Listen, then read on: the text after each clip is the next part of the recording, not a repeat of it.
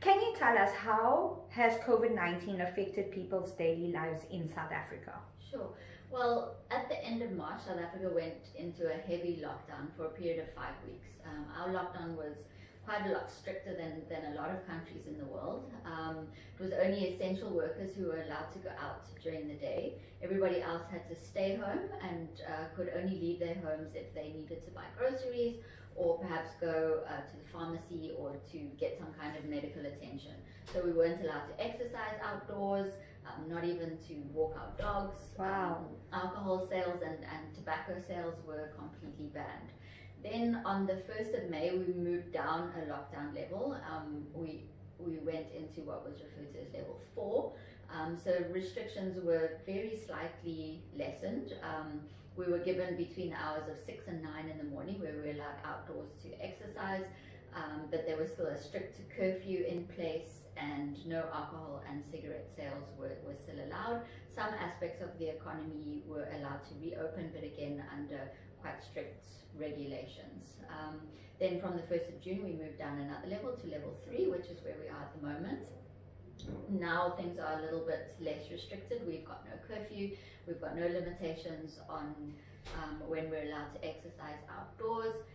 Alcohol sales have resumed, however cigarette sales, tobacco sales are still banned, and most aspects of the economy have been allowed to reopen. So most professional workers have gone back to the office, and things are happening again. However, travel is still quite seriously restricted. It's only business travel that is allowed, and also travel for funerals is the other thing that is allowed, but still no travel for leisure, and ordinary South Africans, unless they're traveling for business, are not allowed to cross borders into other provinces, and we're still being advised to stay at home as much as possible. Well, most people have tried to simplify their lives out of necessity. We've marveled at how the natural environment has really flourished with less human interference.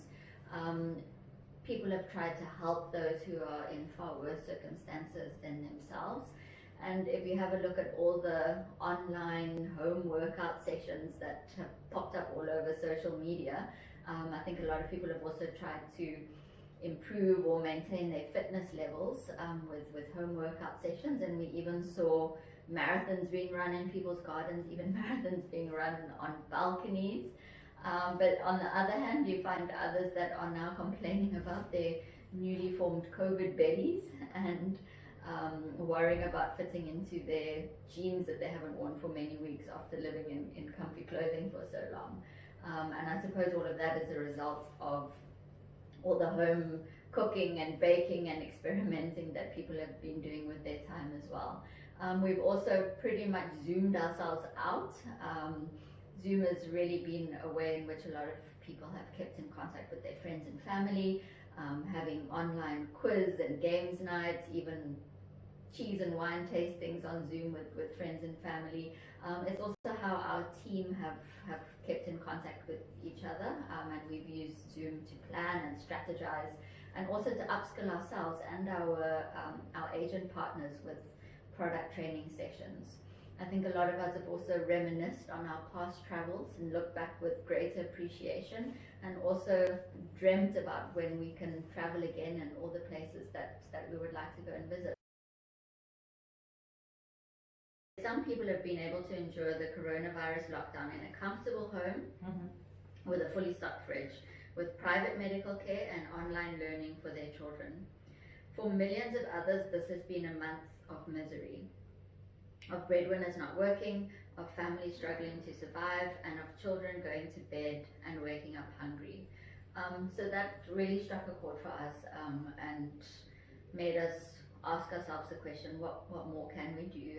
How can we help those in our immediate circles? Because if everyone can at least help those in their immediate circles, this hopefully will bring a little bit more relief.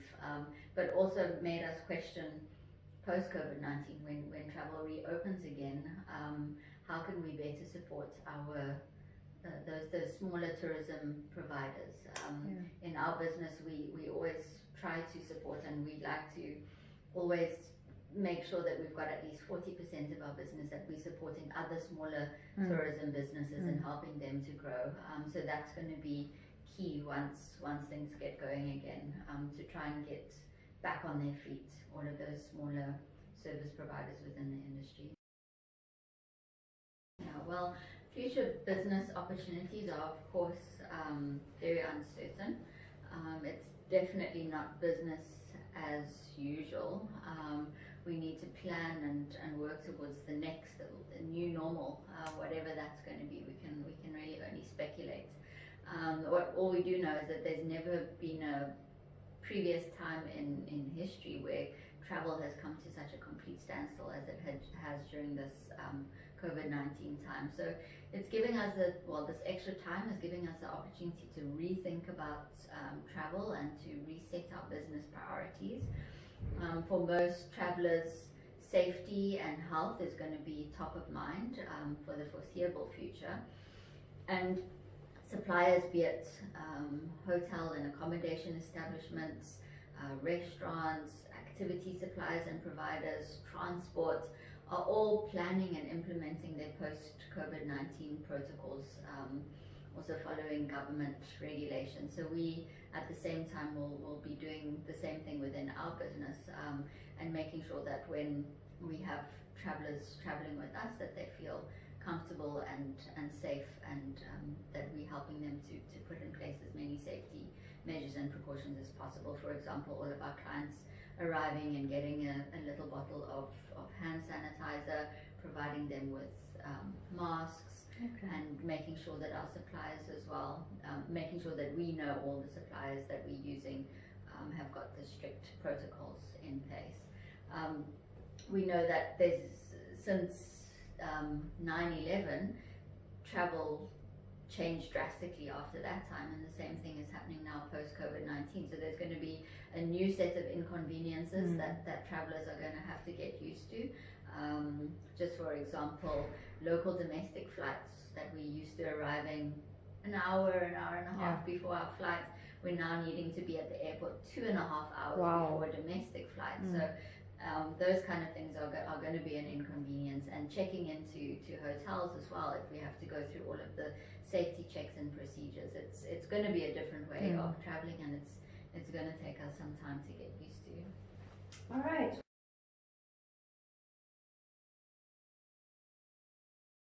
We think that people are going to have a new found longing and a new appreciation for the nature and outdoors, lots of space, not big crowds, clean air, and being able to be active and take part in outdoor activities, and finding new and fun, exciting activities and things to do.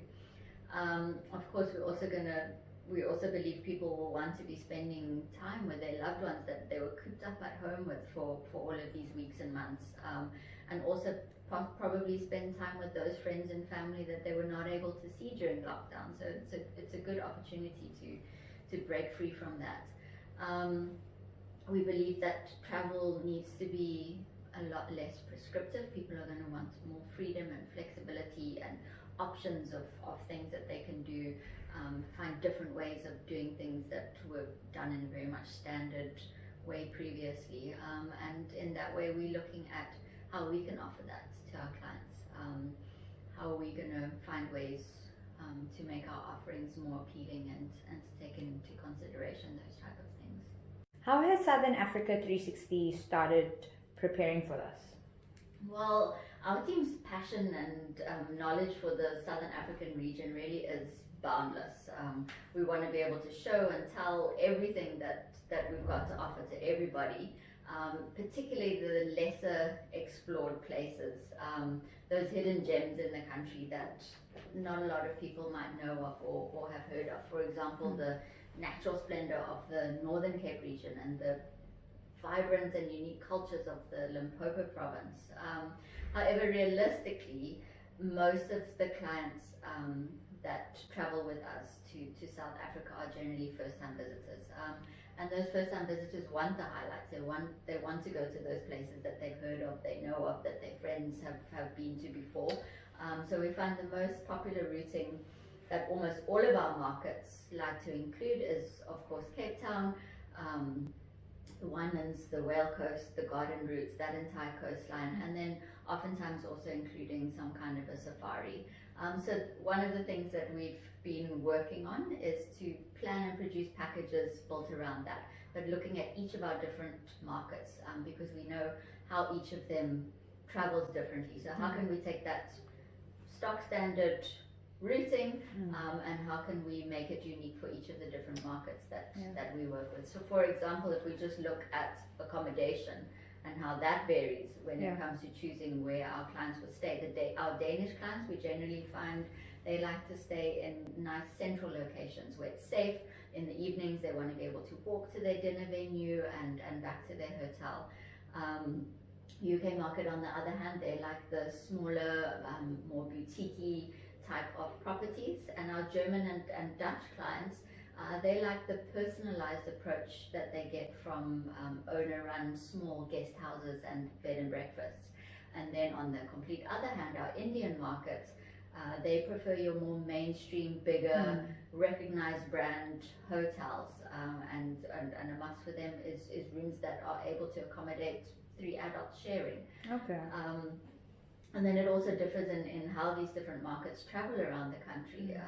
So generally our European markets are happy and comfortable to self-drive. They have that freedom and flexibility to explore as they want to. Whereas our Indian clients prefer the safety and the hassle-freeness of a private guided trip where they travel with a driver guide to take them everywhere. Our Indian market also are particularly adventurous. So when we're planning their routings and itineraries, we need to include a skydive from Cape Town, some shark cage diving and bungee jumping. They're very much into adventure. So it's taking the same itinerary, the stock standard one that everyone asks for, but looking at how can we offer it in different ways that will appeal to our different markets, but at the same time offering something unique and different. So we've also spent this time really looking into what activities are offering, are being offered out there, and putting together some kind of an activity menu so people know when they go to Mossel Bay all of the different things that they can they'll be able to do. And it's also, we've learned a lot from this. We found lots of new and unique and very different experiences that we'll now be able to include and suggest and offer to our clients. Okay. Well, one package that we've done is a 2-week glamping trip, including the region that I mentioned to you. We think that glamping is really an ideal post-COVID-19 holiday for people. It's camping without the hassle of having to lug around your camping equipment or worry about driving a huge big camper van and parking it more than anything.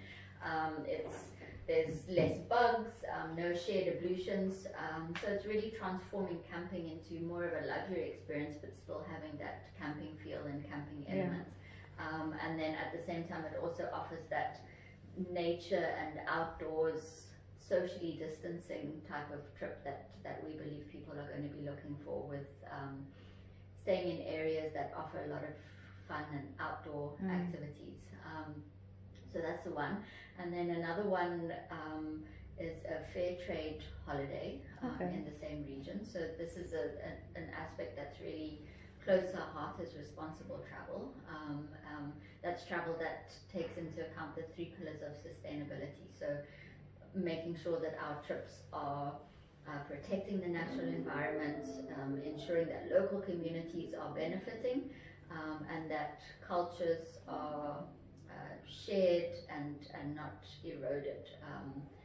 And so this package that we've developed, it's 100% fair trade travel. So that means all of the accommodation that we've used and the activities that we've included have received fair trade travel certification. So if an establishment has got the certification, it means it's gone through a rigorous application procedure to ensure that all of those three pillars that I've mentioned now, they're abiding by, and the natural environment, the cultures and the communities are being looked after wherever they're situated. That's obviously a really tricky one to answer. The South African tourism industry hit back hard recently at the predictions that international travel was not going to be possible before 2021. And we hope that we'll be open to international visitors much sooner than that. The Tourism Business Council of South Africa recently presented a recovery plan strategy to Parliament, and we hope that this is going to allow for an accelerated phased reopening of tourism from as soon as September this year. So that's what we're hoping for. We are staying positive. We are making lots of plans, making sure that we're ready. So once those borders open, we're going to be ready to hit the ground running, and we really look forward to welcoming our international visitors to the country again.